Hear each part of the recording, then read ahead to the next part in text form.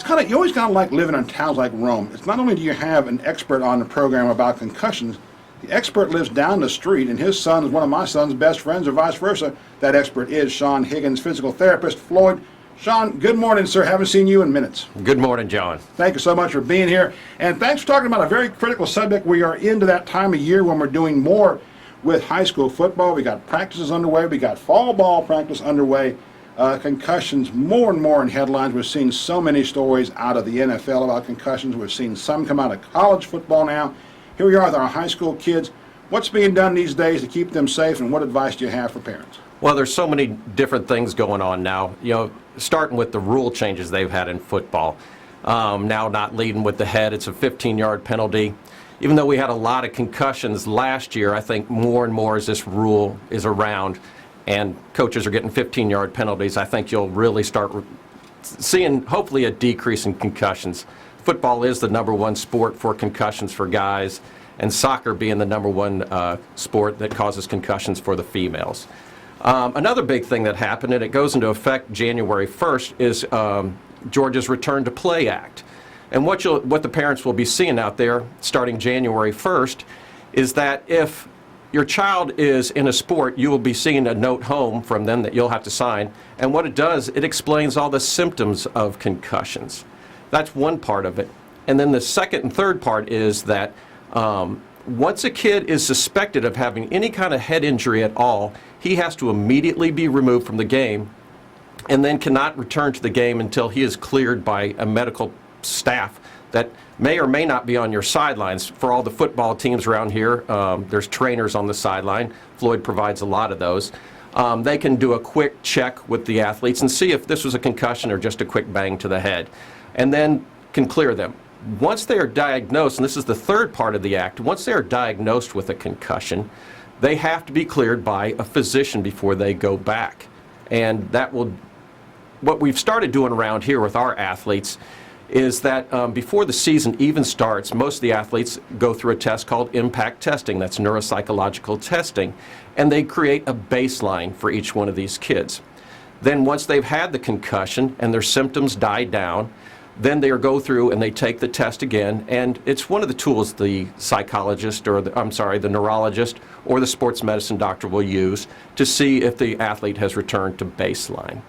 And at that baseline point, if they're not there, they're going to sit for, is there a duration in there? That's the big thing now. You know, when you break a bone or sprain, what we do first is we rest that body part. And what we didn't do for years is, you know, we held them out of the sports as long as they weren't showing signs of dizziness or whatever. But now what we're really doing is giving the brain a rest. The teachers don't really like it that much, but what we're doing is making sure these kids are getting out of classes, anything that causes the brain to work, to concentrate. We're trying to let them have a break from that, and we're seeing a lot better effects from that. Then once those subside, those symptoms subside, then what we do at Floyd is there is a 5-step program that they go to, and we add a little bit more intensity to it, physical intensity, step by step, and then each day they come back, and if they don't show any symptoms, headaches, dizziness, or something like that, then they can go to the next step. Once they've cleared all their steps, then the trainers can bring them out on the field, run them through the paces of their sport, and still within 24 hours, no symptoms, and the doctor has cleared them, then they're safe to return to play. As a parent, I love the idea. It keeps the kids off the field, off the soccer or football fields if they do have symptoms. As a educator, though, and a coach, am I going to like this? Well, especially if you're a coach, you probably will not. But, you know, I think what they all have to be reminded of, and the coaches are doing a great job around here. You know, it used to be they were pretty much in charge of the decision. Well, they're in the heat of the battle and everything, and they've got a lot of other things to do, and they don't have the medical background. The kid says, I'm okay, put them back in the game. But that isn't always the safest thing for them. You know, 95% of these kids will never go on to play college sports. They won't be professionals, but the rest of them kind of have to go on and live their lives.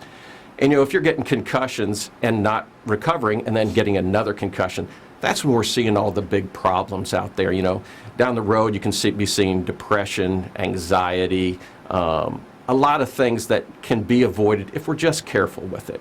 The headlines that are coming out of all the, let's just say the retired pro football players and even some of the active pro football players really has brought a spotlight to the subject. It really has, and what has happened in the NFL in the past, if these guys have a concussion, well, they weren't going to tell anybody about the concussion. And your first concussion, that's not as serious. It's when you start getting, once you have one concussion, then you're 1 to 2 times set up to have a second time. Then when you have a second one, you're 3 to 6 times more likely, and then you're about 4 to 10. So when these concussions start to happen and they're not getting a proper recovery time, then they're doing permanent damage to their brains, and that's what you're seeing with these guys. And one of the symptoms, unfortunately, well, a couple of the symptoms are memory lost and then depression. And that's why, unfortunately, with a lot of these guys, you're seeing the suicides and things like that. So, it's really shining the spotlight on concussion, and it's a tragic, tragic thing that these guys have gone through. But we're trying to reap some of the benefits of that. Since they're shining the spotlight on it, a lot of people at the local level, at the high school level, have started to react to it. And these are the laws that are going into effect. We can give them all the credit for this, but I think over the years we're going to see quite the decrease, hopefully, in concussion. They're doing more protective equipment. The jury's still out on some of those things. But like I said, I think with more awareness, we'll see a decrease in the number of concussions. You played a lot of football as a youngster. What's different today from the equipment you see out there than when you played? Well, at some of the schools, what you're seeing right now is they're using a pad on the outside of the helmet just in practice, and it's called a guardian. And what this is supposed to do is soften the effect of the hit.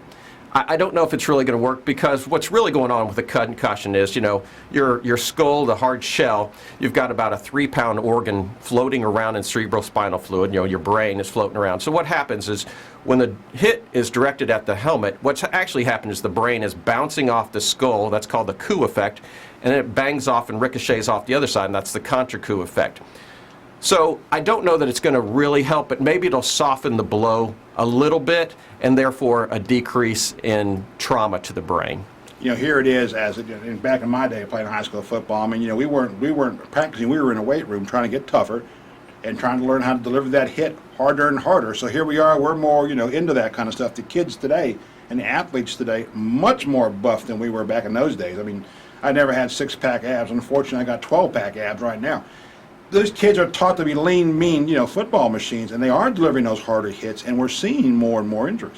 Well, yeah, I think still, football is a violent sport, and things haven't changed. We all like to deliver that big hit that everybody says, whoa. Well, unfortunately now with the rules, we're going to have to deliver that big hit with our shoulder. It's not going to be as impressive, but I think, it could be a point down the road. It's hard to imagine down in the South, but if you keep getting injuries, the game as it is right now can really, really significantly change. So I think if we try to get the athletes to quit leading with the head now, it can save the sport later down the road. And again, the coaches I think what I've heard, at least what I've seen, most coaches in our area in particular, are very much aware of this. Oh my gosh, we've come a long way. I've been doing sports medicine here in Floyd County for about 10 years now. And it's changed so much. The coaches now, you don't see them arguing with the medical staff anymore. When they say it's time to go for the player to step out, then that's what happens, and they move on with the game until they can be cleared by the medical staff. They know that these athletic trainers out here feel a part of the team, and they want to win as much as anybody, but their main job is to keep these players safe. And they're doing a really good job of that. You asked me what the big difference is when I played and now is, well, on every sideline practically there's an athletic trainer. There's usually a physician out there, and in every end zone you'll see an ambulance.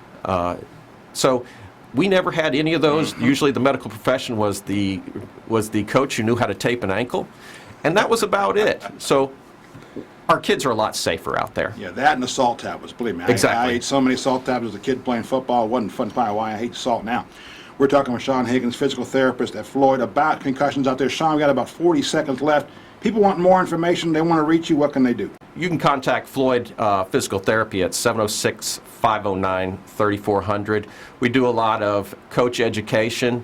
In fact, now online with the CDC, the Heads Up program, there's actually a video tutorial you can do, and the coaches are all having to do them now, just to explain the concussions and mainly to look for the symptoms of concussions. All right, good stuff. More also at Floyd.org. Time for a break. This is the Hometown Headlines, your radio edition.